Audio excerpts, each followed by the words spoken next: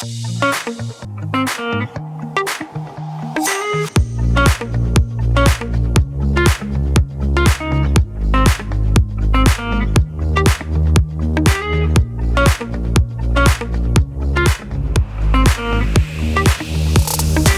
up, my price to sell family?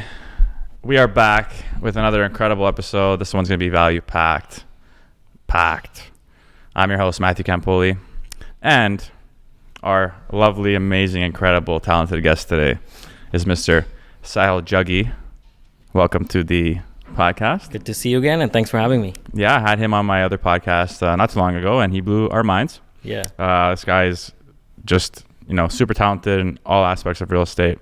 We're going to get into the whole development side, the investing side, and then the sales side. He has it all covered. Super inspiring to me as well. Thank you. Thank you for being you, man. Absolutely, man. Love to be here. And thank you for coming. But let's give everyone a little brief background into you, how long you've been in the business, and kind of where your focus is right now. Absolutely. So come from a banking background. Right out of Laurier, I went to New York to do investment banking. Wasn't for me, came back, started doing real estate in 2010. So it's now been 12 years that I'm doing it. As an investor, started in 2010, started buying houses, at the time, had a little bit money saved up, moved into the basement, did the house hacking thing. 2010, and then fast forward to, to 2022. As an investor, now I own about 17 properties in Toronto, $25 million portfolio. And I figured that as I became more and more involved in the investment side, a lot of people started coming up to me and saying like, hey, can you help us do the same thing? So for me to transition naturally into also becoming an agent and helping other people do the exact same thing, which is build investment portfolio. And I got my real estate license in 2014. So I've been selling real estate for 8 years now. And it's been an amazing journey as a investor. And last couple of years, I've also now gone into a little bit more in the custom home development in Toronto. So all aspects of real estate, and it's been a lot of fun. Yeah, and you're also known as Mink Real Estate. That's right. So people look you up on Instagram. It's Mink Real Estate. That's right, Mink Real Estate, one word. And where does that name come from again? So honestly, I just my name's hard to pronounce. It was literally and anything that you build, I know that the traditional way real estate agents do is that they always want to attach their name. Right. Yes. For me, it was more about having Mink so that if I end up building a team, if I end up building a brand, and if I branch out to investment fund or building houses, I wanted to just stand behind a name. So, it took a little bit transition to going from Sahil Jaggi to Mink Real Estate. But now I'm glad to see that Mink is actually, a bigger name than my own name. And I can then sort of intake more people and build a team behind it. Yeah, it's incredible, man. And we're going to talk about some big things you have going on after. But let's get into the juicy stuff. You are an agent. Majority of my I was going to say clients, but majority of my podcast guests, we talk about real estate game, how to excel in certain things. But the investment side, I haven't really covered too much of that. So I'm very curious to get into that. So let's just talk about all things real estate investments. First I want to get into mindset, because especially nowadays with the market, all this psychology happening behind the scenes with interest rates and everything, people are like, do I invest? Do I not invest? So it's I think regardless of what's happening, you need to have a specific mindset. Absolutely. And you having such a big portfolio of 25 million, I'm sure you have that pretty down packed, and you've gone through all the waves, right? So let's talk about what kind of mindset to bring into investing in real estate. I think the number one word for me is consistency. Okay. And I can tell you this because I have seen cycles since 2010, 12 years in Toronto real estate. I think I have a pretty good grasp of how reactive the market is to interest rates going up, or certain government regulations coming in, or different immigration policies, how they affect. People are very reactive to Toronto. Toronto's real estate has typically been known as very reactive. Yes. Interest rates go up, all of a sudden people are like, oh my God, listings start going up. So it's almost that reactiveness has become very predictable, right? So it's very important to understand how macroeconomically things affect. And as an investor, when I say consistency, whether the market is good, whether the market is not good, if it's hot, if it's a seller's market, if it's a buyer's market, consistently going out there and looking at deals, consistently waking up every morning and finding out, are listings going up, are listings going down, how is pricing being affected, consistently reading the news, consistently following the trends, whether it's pre-COVID, post-COVID, how those things affect. consistency has been my number one best friend in investments, right? So regardless of how the market is performing, there's opportunities that are going to be out there no matter what if you're consistently looking on a daily basis. So what I also mean is that, there's a lot of deals that fall into my lap that are affected, above and beyond how the market is. For example, we're door knocking consistently every day and we're looking at certain deals. And sometimes people want to sell because, there's a death in the family. Sometimes people want to sell because there's a time constraint. Sometimes people want to sell because there's, like they have a job and they need to move. So if you're consistently looking, regardless of how the market is behaving, you're going to be on top of it, and there's bound to have deals that come into your lap that you can then sell it at a profit to your sellers or buyers, or you can buy it yourself. So as an investor, your consistent mindset, regardless of how external factors are, is very important. So don't just shut yourself off because the market's now slow, or go crazy if the market's high. You just have to have a very balanced, consistent mindset. That very well said, and I think it's that is super crucial, because just like you said right there, January, February, you have that hot market and everyone's like, I need to buy now because everyone's buying. So it's like, instead of, there's two extremes. There's that extreme, and now it's the, oh my God, all this news, so let me wait. You need to find that perfect balance in between and operate there steadily. Absolutely. Like, just to give you an example, during COVID, I purchased 6 properties in Toronto because me, that was like, this is a no-brainer. It will pass. Yes. And right now the property is selling for pennies on the dollar. Like, we were getting 15-20% off on certain properties that were just selling a few months ago for much higher. But in the last 8 months, I haven't purchased a single property because I feel like it was too overblown. Yeah. But that's what I mean when I say consistency and time and reps in the market, because once you see certain reactive things happening, you almost need to separate yourself and have your own vision of how you see certain things happen. And I think that's really helped me stay and beat the market consistently as an investor in the past 10 years straight. And just to put it out there, like, every single client and every single investor client that I work with, which is 90% of my client list, has beaten the market by double digits consistently over 10 years. What I mean by that is, if the market is growing at 8 to 10%, my portfolio and my investors' portfolio has outperformed the market by another 10% above that, whether it's a good or bad market. Yes. So if you understand the market really well, and if you're consistently doing this not in a reactive way, then I think you will truly come out on top as an investor. Amazing. And I think just having the consistency and dedication and just being conscious of everything, yes, you're gonna win regardless. Absolutely. Let's get into some different types of investments. So let's speak to the young investor out there who you mentioned you started with house hacking. So again, a lot of people are just like, how am I ever gonna find my own home? Will I ever be able to purchase a home? Especially younger people. There's a lot of this chatter happening. Yeah. So what are some strategies to get into the market, maybe for beginners, and then let's segue into, how to scale from there. Some different strategies. So I can absolutely relate. Like, in 2010, I was a beginner. I was like 24 when I started, getting into the market, investing in the market. And even at that time, you hear a lot of chatter where everybody's like, it's too expensive and it's impossible, et cetera, et cetera. I think taking action is very, very important. If you have a bit of money saved up, there is ways where you can go out there, meet the experts, joint venture partnership with people. Yes. And there's different methods where you can get creative and, go out there and pitch deals to someone. So for example, if I'm a younger kid and I've put in enough time in figuring out that, hey, this property, these are the numbers, this is what the upside is, this is where I see the equity appreciation happening, this is what the cash flow is, and I've got a beautiful idea in front of me backed by experts, to take that idea, then find an investor who will put the capital in and help you on the financing part. And there's a lot of people out there with a lot of money that want to be hands off. Yes. So you can take the active role as a young investor. And as long as your due diligence is really good and you have a very good idea, I don't think money is ever going to be a problem.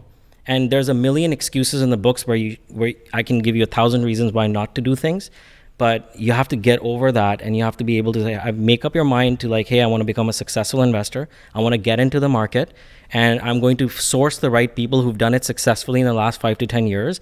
And I'm going to come up with an idea and then pitch it to people and move forward and build my portfolio. And I think in a world where inflation is upon us and a lot of things are uncertain, real estate has always been a very proven way, one of the most consistent way to grow and grow wealth, right? Yes. So I think the taking the action is very important, and there are ways where you can go out there and learn, meet the experts, create a good idea, and raise financing and keep moving forward. Absolutely. And these, where you can source these kind of mentor figures and stuff, whether it's like books or courses, Yes. or podcasts. What's a good place to start? Any like specific books you recommend, or avenues where people can jump into and learn from?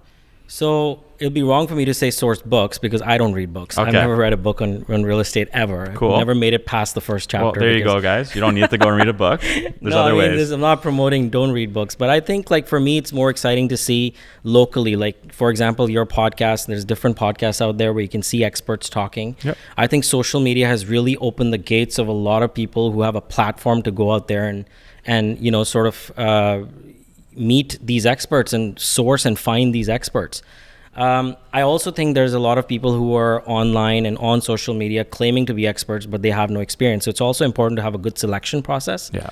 So I think if you have passion in something and you're willing to spend time into learning and finding the right experts shouldn't be an issue today, because again, social media has really opened so much, so many avenues to connect with people. So go out there, meet the right people, take a lot of meetings. And if somebody has been doing something successfully in the last 5 to 10 years, offer internship and learn. And I think once you do that, once you're in an environment where it's been proven to be successful, I think you'll find the right methods of doing things. Yeah, I cannot agree more. And it's just getting out there and making the proper connections. Yeah, and absolutely. Once you put like we have similar mindsets, but once you put something in your mind, you really, you know, put your passion behind, your energy behind it, doors will just open. Absolutely. Right? And it's not enough to just also be motivated. That, you know, there's so many motivating things being said out there, quotes everywhere and For all sure. that stuff. Definitely. It's also important to navigate through it in a very intelligent way. Yes. So what I mean by that is, you know, you have all this energy because you're motivated, but also don't make mistakes because, for example, I say this to all my clients, your first 2 properties that you buy is going to either open up your ability to buy more or completely crush you because you made the wrong decision. Yeah. So separate your emotions out of it, select the right people to work with, somebody who's had the background of, you know, investments, and then work with them to grow your portfolio. I think there's a lot of ways you can do that now. Definitely, most definitely. So let's segue into a bit of the development game. Yeah. Again, not really talked about, you know? Yeah. And you've been doing well. You've been doing your custom builds. You have some ambitions to go multifamily and larger scale, which is absolutely amazing. And, you know, some of the most successful people out there are the development world, the developers, the builders, and people at that level with real estate. So, you know, let's talk about that a little bit, how you can get into that, how you can utilize all the tools and skills you've learned as a realtor, as an investor, Yeah. and then move into like that game there. Sure. Yeah. So development today, I can tell you, out of sales, development, investing is my biggest passion. Yes. I absolutely love watching like a site that was an old house sitting on it, and the finished product of a luxury home and the process that goes behind it. And just to cut in right there, was that always your passion, or did this come through the experience? Again, if I am doing something, my brain is always trying to work towards what's the next step.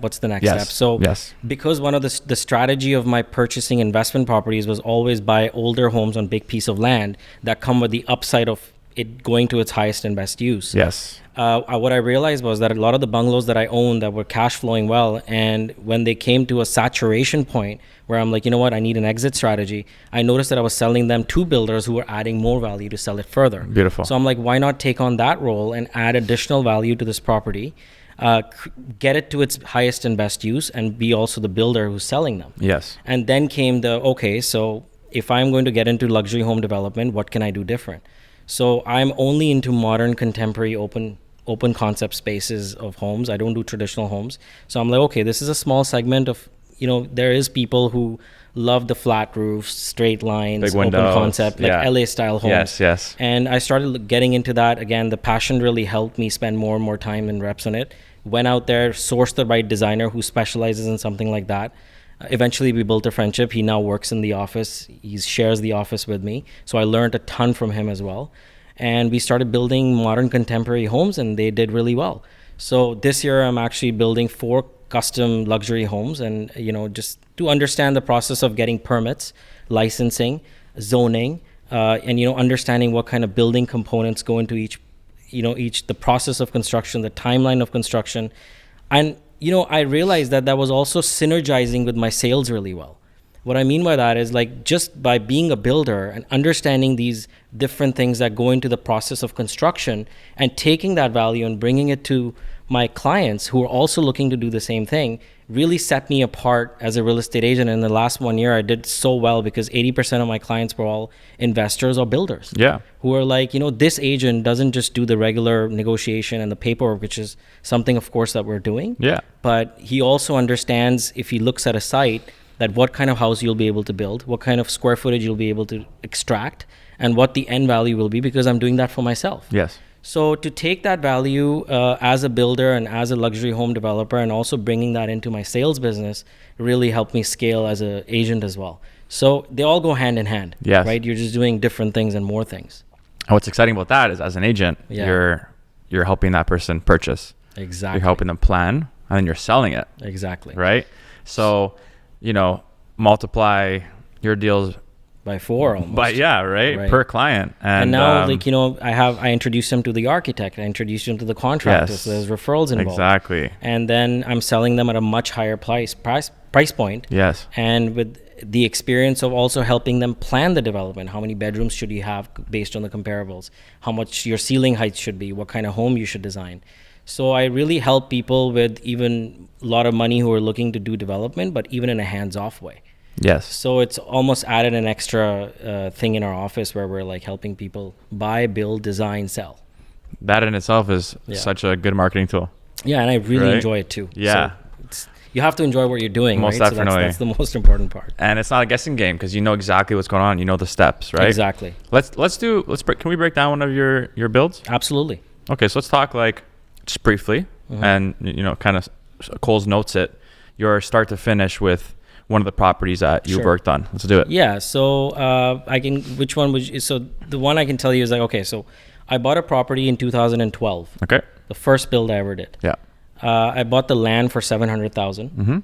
For 2 years, from 2012. Was it just land? It was a house on it. Okay. So from 2012 to 2014, I was renting the house and it was paying for itself. So cash flows were breaking even. Yep. 2014, I decided I'm going to build this property into a 3,000 square feet contemporary home. The cost of construction at the time, we spent about $800,000 on it.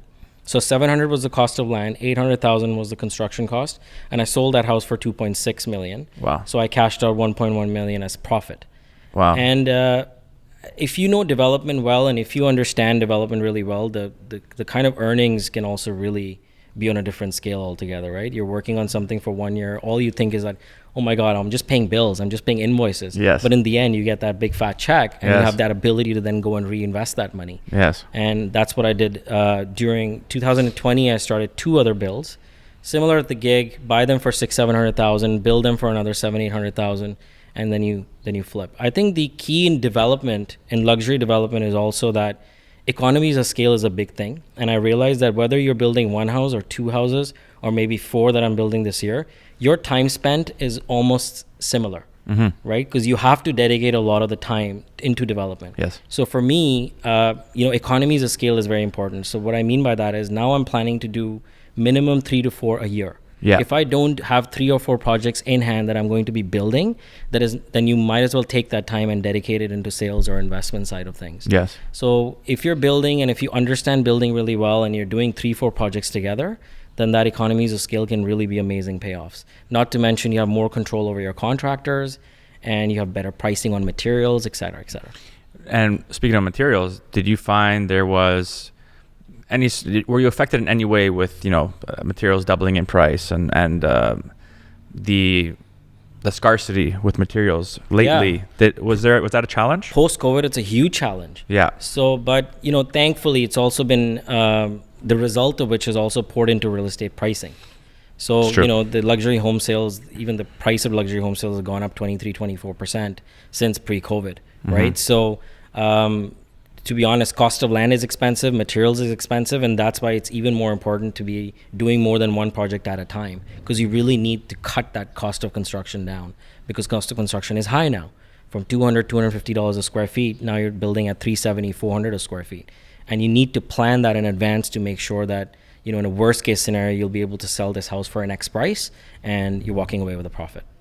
So regardless of the challenges, you still figure it out. Just like anything, you adapt. Look, you always figure it out. Yes. Market's always going to change. Things are always going to keep changing. You have to know how to adapt. So, for example, if Elon Musk comes out with Tesla, what does Ford say? Oh, the future is electric, so we're just going to stop building cars. Yeah. They're going to say, okay, you know what? We need to segue into electric cars, and we're going to build another factory that's going to build electric cars, and they're going to go now and compete with people like Tesla or whatnot. You don't just sit and say, well, again, million reasons not to do things and excuses. Yep. Or as a businessman, every morning that you wake up, you consistently adapt to changing trends and always stay ahead. It's important to stay sharp. Yes, agreed, man. And you're just that balanced mindset of just like that sticking within your core strength. Exactly. And that foundation you have is literally going to get you through anything. So exactly. And Matt, like if you're going to be making like, 300, 400, or let's say even $1 million a year in commission, everybody can have a good or bad year. Yep. How do you consistently make good income going every day has been, like you said, balance. Yep. If you crack a really good deal, doesn't mean that you go and take off for the next 4 days. Yeah. Right. Even though traveling, I always endorse. I mean, you could but probably I'm saying do that sometime. I wake up and if I close a deal, if I don't close a deal, if I had a win or a loss, my waking up the next morning and going into the office at the exact same time and pulling those 6-7 hours a day that I need to really focus don't change. So good and bad days, you just have to take it in as part of business. For sure. And you don't let it affect you, and you go in next day with the exact same winning mindset. Absolutely. So I'm sure that's a lot of people can take some nuggets out of that, especially from the mindset standpoint. But beyond being successful investor, developer, you're also a high producing real estate agent. Yes. Right. And literally you're the perfect trifecta. So majority of our listeners are agents, right? And I do want to get into like how you crush that too, right? Like you have amazing branding, you have Mink, you make a lot of informative videos. They're super capturing, and they really bring an audience in, and that leads to business for you. So let's get into like the importance of branding and how you've been able to balance and still perform such high numbers in terms of like GCI and everything. Yeah. Let's chat about that a bit. So I asked myself the same question I did when I started in real estate in 2014, when I was an inexperienced person working in an area where not a lot of, young, like for example, I came from banking. So the most important thing for me was, how do I become different? Yes. What do I do different? Mm-hmm. Real estate agents now, there's an increase in real estate agents post-COVID significantly. I would say it's a saturated industry. Very saturated. So how do you stand out? Yeah. And by that, what I mean is, how do you bring value to your clients a lot more than what other real estate agents are doing? So for me, it was like, okay, what are my strengths? And my strengths are not like I have a amazing walk-in closet, or I'm in fashion industry so I can present myself. For me, it was all about, I come from an investment background, so I'm going to be an investor focused real estate agent, which is choosing your niche. Yep. Right?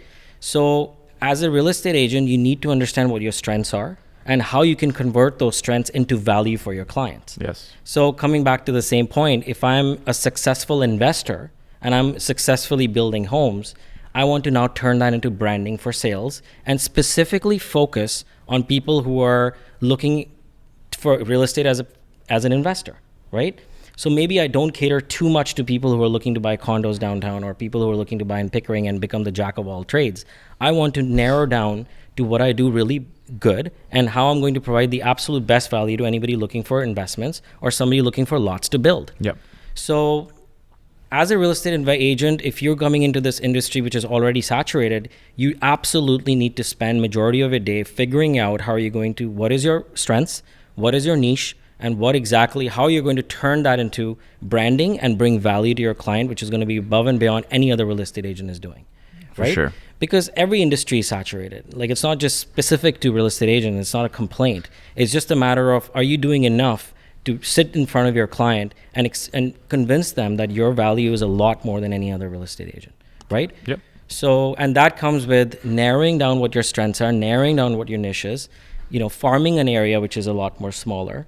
For example, in your case, in your videos that I see is that, you have amazing humor.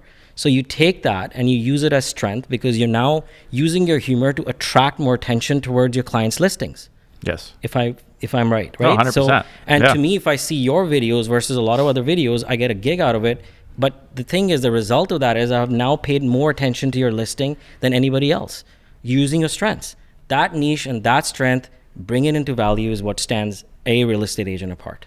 Exactly. And just creating your brand around you and your authentic self as a person. Strengths. Exactly. Like you have like nailed everything on the head in terms of what you're strong at, and you focus solely, like you've rifled it, right? Instead of shotgunning, well, let me Yeah. focus a little bit here, but let me try this, try this. Like you've gone full force over the years, consistently, and look at the results. You know, I've done the same. Absolutely. The year 3, I was like, or year 2.5, I was like, you know what? I'm just an idiot sometimes, but I love it. People love it. It's hilarious. Creating interest in sales is one of the biggest things. Yes. The person looking at your videos has to be interested in your video. Yep. So you're doing it through humor. I'm doing it through investor mindset. Yep. Regardless, we're hitting the target market of that specific people. You narrow it down. More you narrow it down, more strong you become in that core. Exactly. And then just by default, it's just success at the end of that. You and know? rest is just obvious, right? Exactly. You have to have great value. You have to have good ethics. You have to have your paperwork right, and you have to have a for sale. You have to have a good photographer. Yes. That stuff is obvious. Yeah. It's become a prerequisite now, right? You need to show your listings well. But what else are you doing? Exactly. How else are you bringing value in? Truly. Yes. Could not have said that better, man. Could not have said that better. So as we near the end here, I always like to ask my guests predictions, although we don't have a crystal ball and it's literally impossible. But especially now, we are currently in April, end of April, and we've had the interest rates come up, talks of another increase, all this stuff on the news, psychology, like we mentioned before. I already kind of know your answer, but what would you think is going to happen to the market, let's say, going into 2023?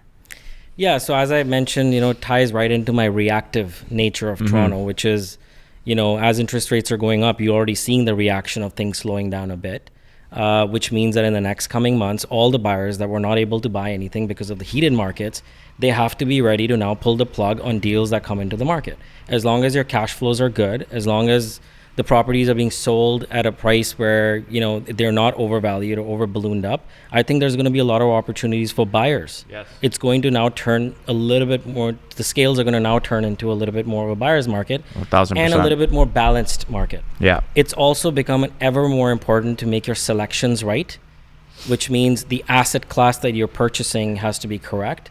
I've always thought that, a lot of the pre-construction out there, the prices are very ballooned up because of the marketing that goes behind it. And just the simplicity of pre-construction where people don't have to worry about their mortgaging.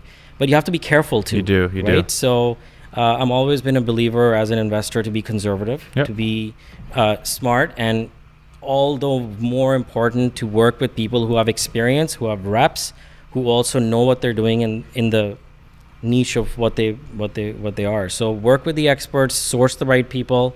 I'm also starting an education platform. Yes, let's get into that. Let's get into this. I think your education, I'm sure you and me and anybody who's watching this podcast, especially if you're an agent, will agree with me that OREA doesn't teach you jack shit. You're going to do those 5 courses. Yeah. You're going to come out and you're going to think you're an expert agent. Absolutely not. Wipe it all. So what are you doing? What are you learning? Yeah. So, as a person in the last 8 years who's done all 3 segments to somewhat success, I want to turn that into an education platform called Mink Academy, in which in 2-day boot camp, I'm going to teach people how to become very good at sales and bring value to your clients.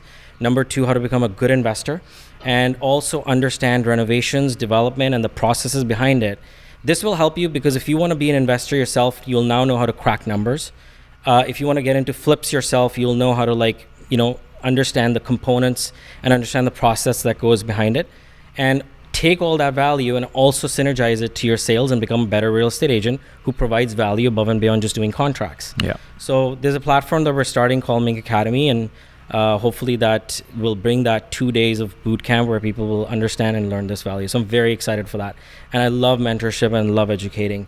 So to take that and to spread it out where people can benefit from it, it's all the better, right? Yeah, it's great stuff, man. Proud of you. I think those boot camps would be super valuable for whoever is going to show up, and I think you're going to fill it up because, again, just you being behind it in itself, people are going to learn a lot. So appreciate that, guys. Stay tuned for that. But listen, man, you've been fantastic as always. Thank you. Pleasure connecting. It's our second time chatting together.